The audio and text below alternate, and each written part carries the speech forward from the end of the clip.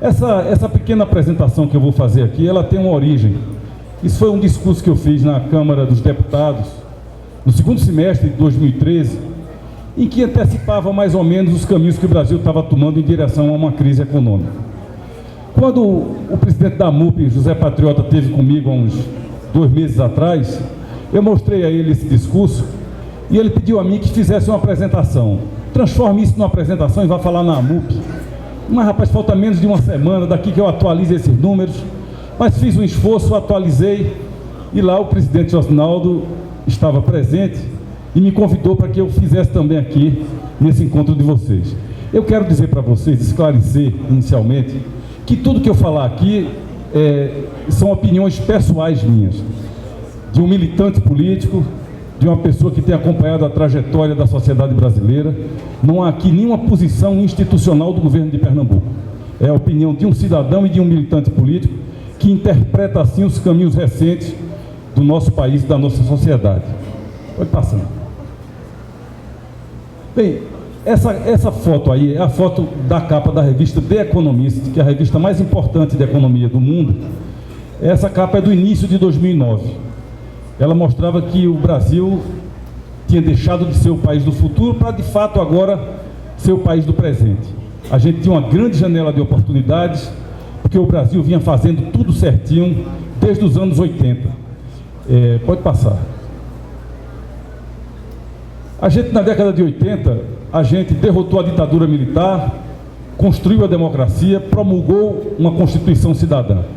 No começo da década de 90, nós colocamos para fora da presidência da República, pela via democrática do impeachment, um presidente eleito pelo povo.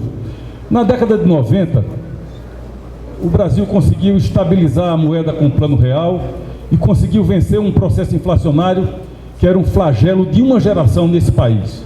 Trabalhadores e donas de casa que recebiam dinheiro e tinham que ir imediatamente para o supermercado, porque se esperasse o final do mês o dinheiro não tinha mais nenhum poder aquisitivo.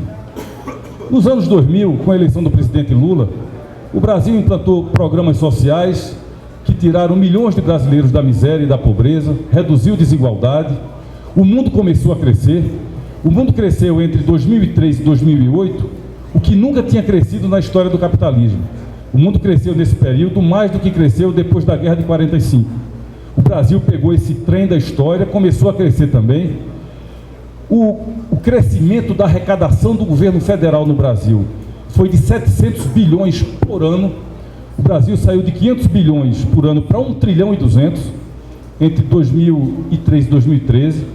Esse dinheiro, para vocês terem uma ideia do que o Brasil cresceu na arrecadação por ano do governo federal, daria para fazer a cada ano 100 transposições do Rio São Francisco. O orçamento da obra da transposição é 7 bilhões de reais. Isso foi o que cresceu a arrecadação do Brasil.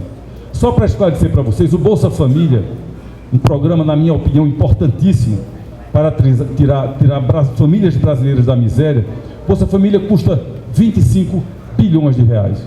Foi isso aqui que cresceu a arrecadação do governo federal. Podemos ir para frente. Aí, nesse momento em que a janela de oportunidade estava aberta para a gente, aí nós começamos a deixar de fazer aquilo que o Brasil tinha que fazer para ser uma nação verdadeiramente desenvolvida. Em primeiro lugar, a infraestrutura do país. Eu vou mostrar para vocês alguns dados sobre a infraestrutura do Brasil aí. Em segundo lugar, as reformas institucionais de segunda geração. Vou falar um pouquinho delas também.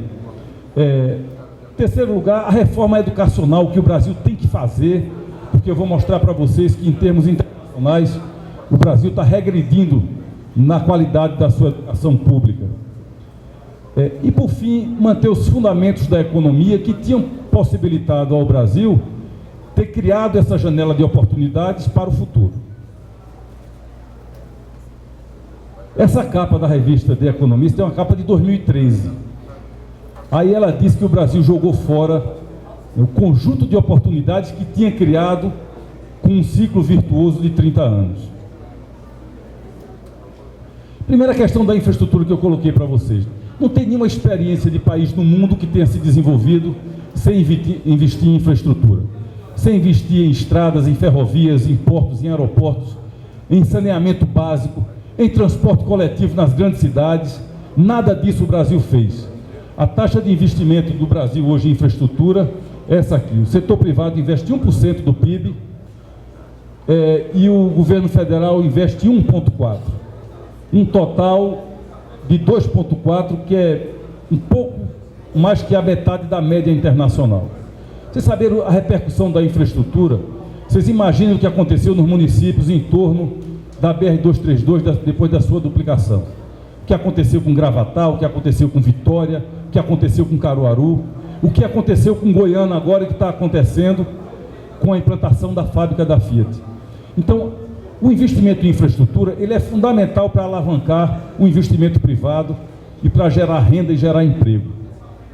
A gente tem um déficit hoje no Brasil de energia e logística estimado pela CNI em torno de 1 trilhão e 800 bilhões de reais. Em saneamento básico, falta mais de 300 bilhões para a gente universalizar. E nesse ritmo que a gente vai aqui, nós vamos precisar de mais 40 anos para universalizar uma coisa básica, fundamental para a saúde de uma população, que é saneamento básico.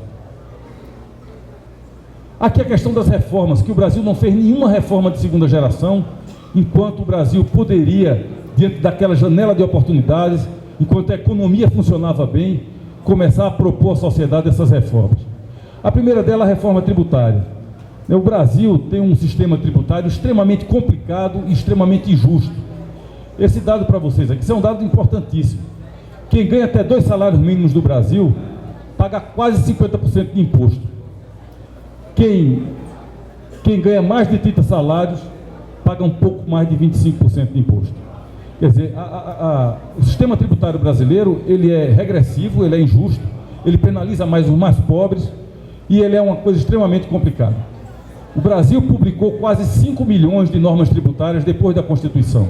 Se a gente for falar de leis federais, estaduais e municipais, decretos e portarias, são quase 5 milhões de normas tributárias e temos uma das maiores cargas tributárias do mundo, maior do que a média dos nossos concorrentes da América Latina, muito maior do que a média dos países ricos da OCDE. Só perdemos para a Argentina e não é por acaso. A Argentina é um caso clássico na América Latina de país que fez tudo errado. Essa aqui é a carga tributária do Brasil, uma carga tributária de 36%, praticamente insuportável para a sociedade brasileira hoje. Por isso que não vai passar em Brasília a CPMF. Qualquer pessoa que conheça o Congresso Nacional, está aqui Magno Martins, que é um especialista nisso, sabe que não tem ambiente para aumentar a carga tributária no Brasil. A reforma trabalhista. O mundo inteiro flexibilizou as leis do trabalho para dar liberdade para o entendimento entre o patrão e o empregado. O mundo inteiro favoreceu a especialização no trabalho com o processo de terceirização. Aqui no Brasil, a legislação do trabalho é de 1940, é de Getúlio Vargas, completamente engessada. Eu coloquei 2 frases aqui do maior especialista desse assunto no Brasil, que é o professor José Pastore, da USP. Ele diz aqui: para vencer a concorrência externa, o Brasil terá que elevar muito o atual nível de produtividade, que hoje é de 20% apenas da produtividade americana. Admitir a terceirização, praticar a produção em rede e abrir espaço para a contratação legal de novas formas de trabalhar, exige a modernização da legislação trabalhista. Isso é um tabu no Brasil. A gente foi discutir lá na Câmara Federal a terceirização, que é uma tendência à especialização, que todo país desenvolvido do mundo pratica. Aqui é um Deus nos acuda, é um tabu falar desse assunto. Como é um tabu também dentro do Congresso Nacional implementar uma reforma tributária. A Europa, que é o continente mais desenvolvido do mundo, em termos sociais e em termos econômicos, tem apenas um imposto, que é o IVA.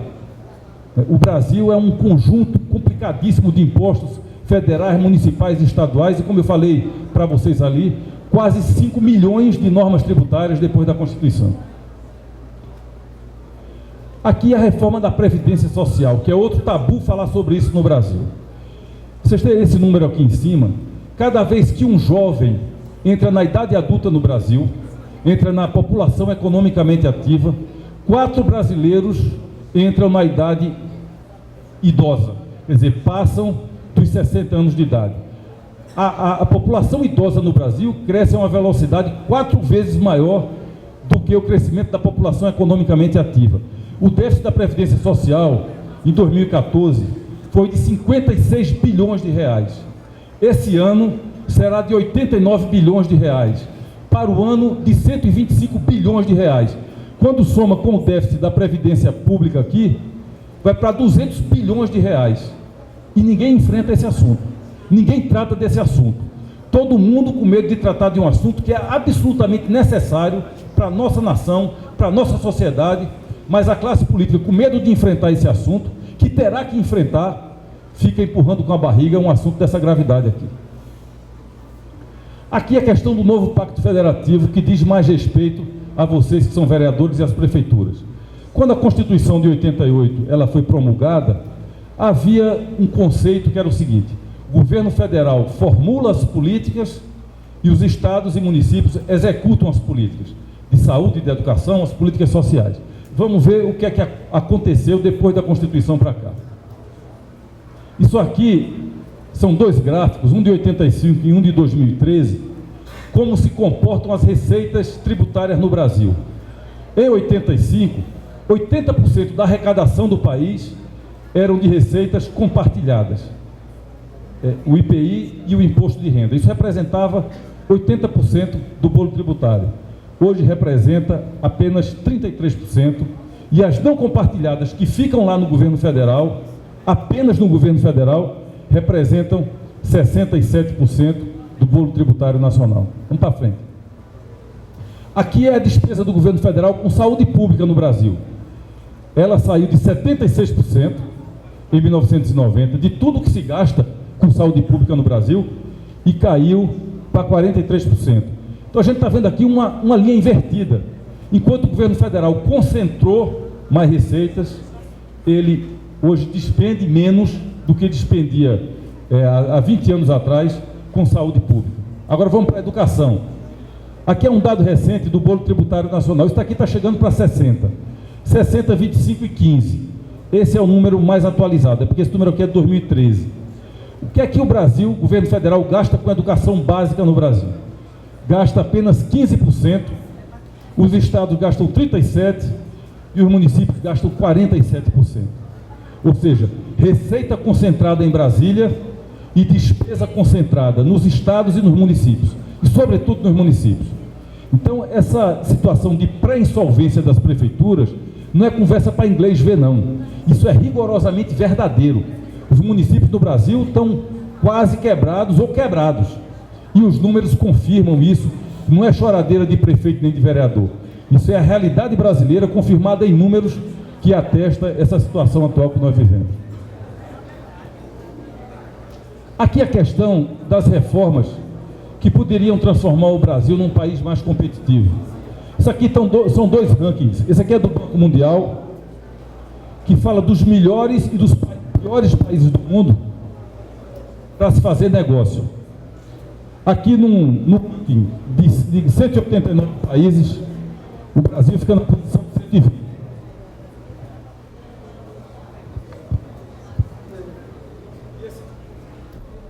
E esse segundo aqui é daquele fórum de economistas de Davos, que se reúne anualmente lá na Suíça, em 144 países, e aí eles colocam um conjunto de itens. O Brasil fica nessa posição aqui. Em burocratização, entre os 144, fica na posição 137. Em regulamentação, na posição 143. E na transparência, na posição 128. Ou seja, o Brasil é um país muito hostil à empresa privada, ao investidor, ao empreendimento, que é quem de fato gera emprego, quem gera renda e quem gera riqueza.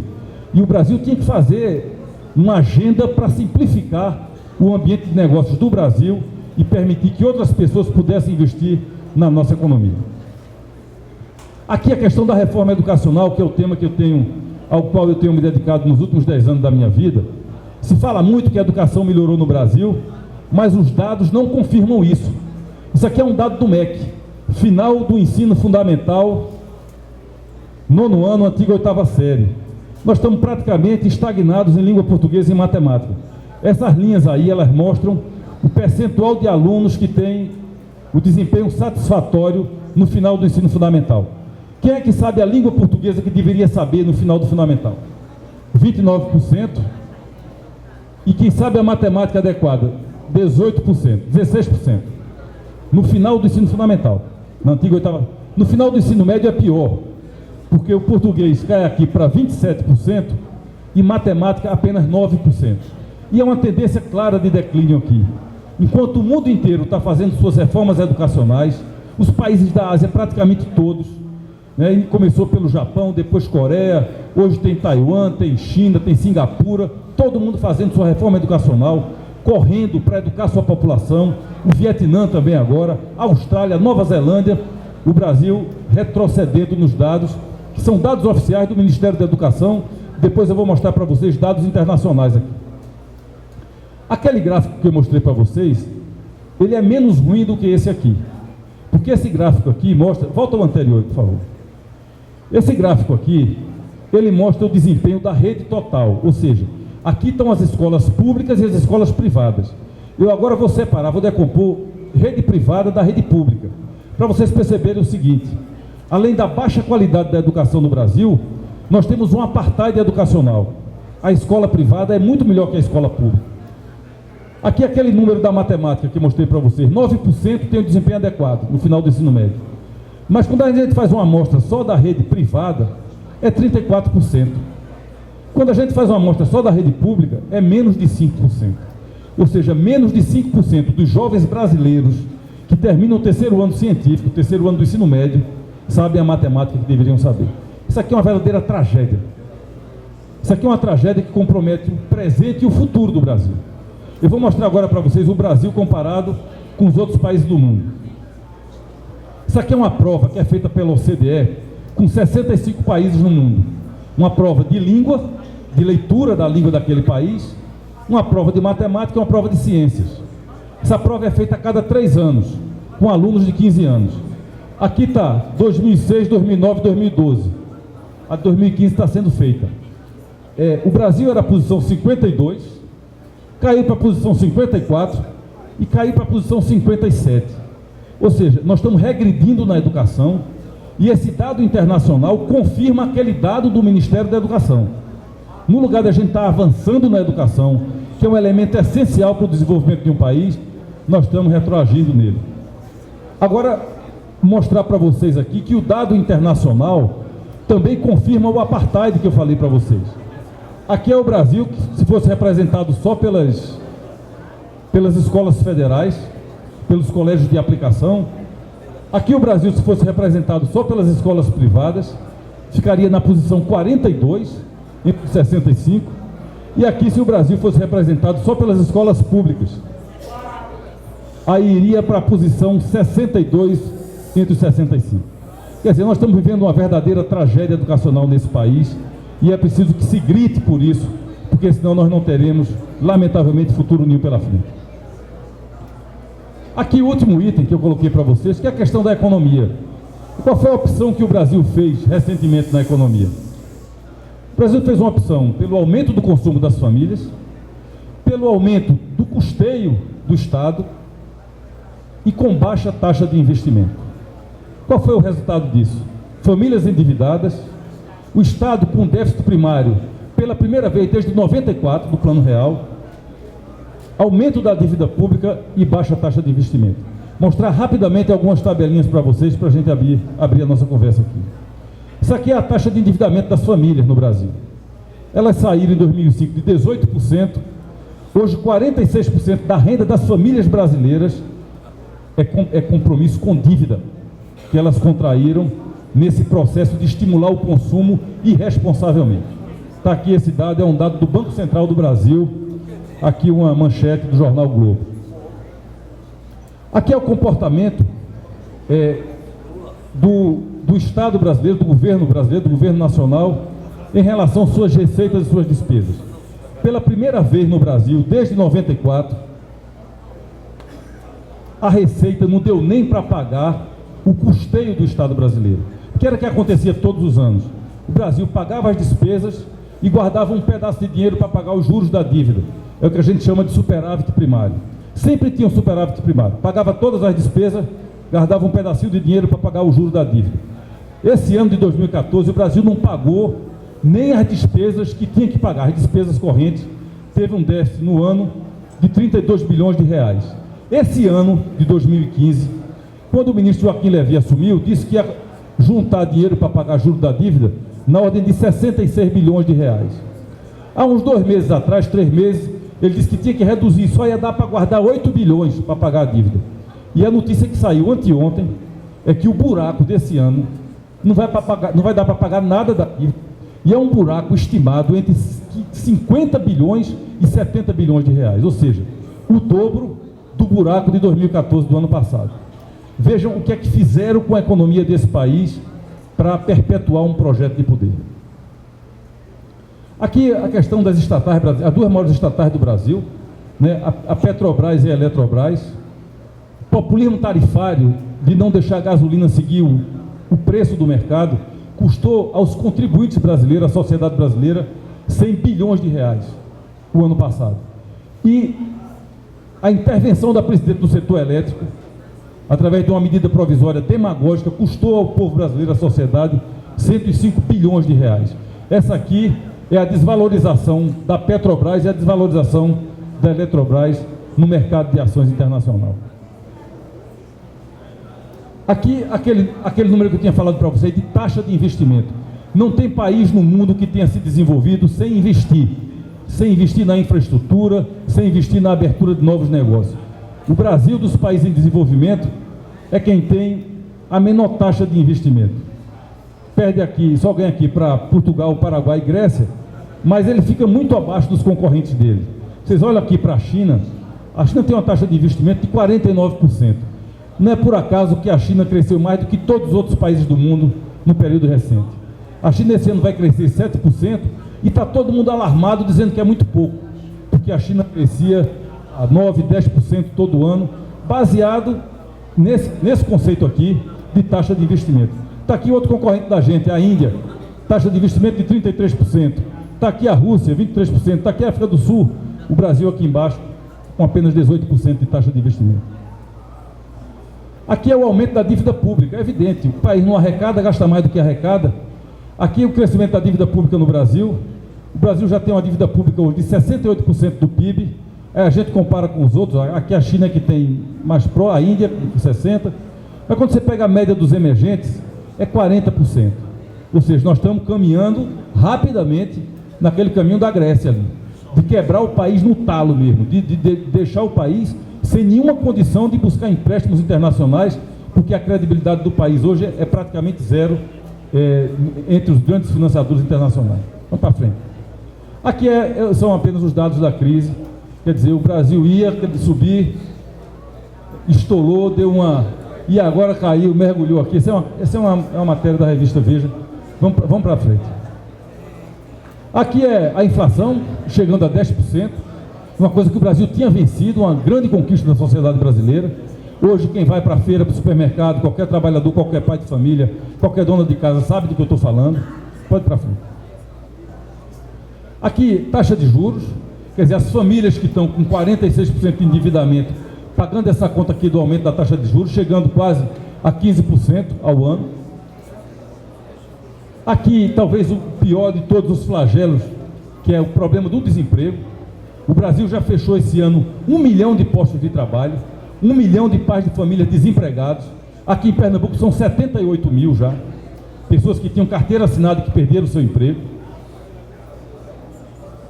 Aqui o rebaixamento, né, porque a presidente da República teve a coragem de mandar um orçamento para a Câmara dos Deputados com um déficit de 30 bilhões. É como um prefeito de vocês ou o presidente da Câmara ter um orçamento que já no começo do ano ele assume que tem um buraco de 30 bilhões e que ele não consegue fazer uma conta que a despesa seja do tamanho da receita. Foi isso que desmoralizou o Brasil internacionalmente e deu no que deu, 2 agências internacionais. Alguém pode dizer, é bobagem isso. Sabe qual é o problema disso aqui? É que muitos investidores internacionais, fundos de pensão, eles só podem investir num país, e o Brasil recebeu muito dinheiro externo para poder crescer como cresceu nos últimos anos, no período do presidente Lula, é que esses fundos de pensão não permitem investimentos em países que não tenham o grau de investimento por essas agências internacionais. Ou seja, o Brasil, que recebia em torno de 60 bilhões por ano de investimento, gerando emprego, construindo fábricas, gerando empreendimentos produtivos, esse dinheiro vai deixar de vir, porque as empresas internacionais, seus conselhos de administração, os fundos de pensão, os grandes investidores, não investem em que não tem grau de investimento pelas agências internacionais. Aqui estou terminando. Isso aqui é o número de quando é que houve recessão grave no Brasil. O único período em que houve 2 anos de recessão continuada no Brasil foi aqui, ó, no período Getúlio Vargas, em 1930 e 1931. 2 anos seguidos em que o Brasil decresceu sua economia. Aqui houve simplesmente o seguinte: os Estados Unidos quebraram em 29, na grande crise internacional de 29, e o Brasil teve uma guerra civil em 1930, a Revolução de 30, que colocou na presidência da República o ex-presidente Getúlio Vargas. Foi a única vez que o Brasil teve recessão 2 anos seguidos. Depois disso não teve na guerra, não teve na ditadura, não teve no governo Fernando Henrique, vai ter novamente agora. Os economistas estão projetando uma queda de 3,3 esse ano e uma queda de 1,4 do ano que vem. O Brasil deve perder aproximadamente 300 bilhões de reais do seu PIB, que corresponde ao PIB de 8 estados brasileiros, da região norte, e o Piauí na região nordeste. Esse é o tamanho do prejuízo que a política populista de gastar mais do que arrecada, de prometer mais do que pode dar, deu para o nosso país. Manter um projeto de poder por cima da realidade, né, e falando para a população coisas que a realidade não sustenta. Aqui a queda da avaliação da presidente. A crise econômica gerou a crise política no Congresso Nacional, e o pior é que a crise política não se resolve e ela alimenta também a crise econômica, porque tudo que é investidor, e a gente recebe muitos investidores aqui no estado, tudo que é investidor fica esperando o que é que vai acontecer com o Brasil para eu poder decidir o meu investimento. Quem falou isso para a gente, para mim e para o governador Paulo Câmara, não faz nenhum mal que se diga aqui, foi o presidente da Fiat, quando veio inaugurar a fábrica da Fiat aqui, que é um grande investidor internacional, disse: o mundo inteiro está olhando para o Brasil. O Brasil é um belo país para se investir, vocês têm que resolver essa crise aí primeiro. E a gente não resolve uma crise nem resolve a outra, a gente está enrolado em 2 crises, né, e mais a crise moral que esses grandes escândalos de corrupção estão levando a sociedade brasileira. O que fazer, né? A gente vai ter, isso é uma discussão muito difícil. O Brasil vai ter que ter liderança suficiente para alguém sentar na mesa com todos os partidos que queiram participar dessa discussão para dizer o seguinte: onde é que nós vamos cortar a despesa? Como é que nós vamos fazer que a despesa do Brasil caiba dentro da economia brasileira e caiba dentro da receita do Estado brasileiro? Essa é uma discussão muito difícil, porque essa é uma discussão que envolve o corte de recursos que atende a muitos interesses nesse país. Interesses, alguns legítimos, outros nem tanto, mas essa é uma discussão muito difícil. Esse aqui é um texto de 3 economistas que escreveram esse artigo na Folha de São Paulo. Ele diz o seguinte: somos um país que prometeu mais do que podia entregar. O custo do populismo não deveria surpreender. A recessão será prolongada e o ajuste inevitável. Aqui, quando eu falava da Receita para vocês, os 12 anos de comportamento extraordinário da Receita parecem ter entorpecido a sociedade, os políticos e os formuladores de política econômica.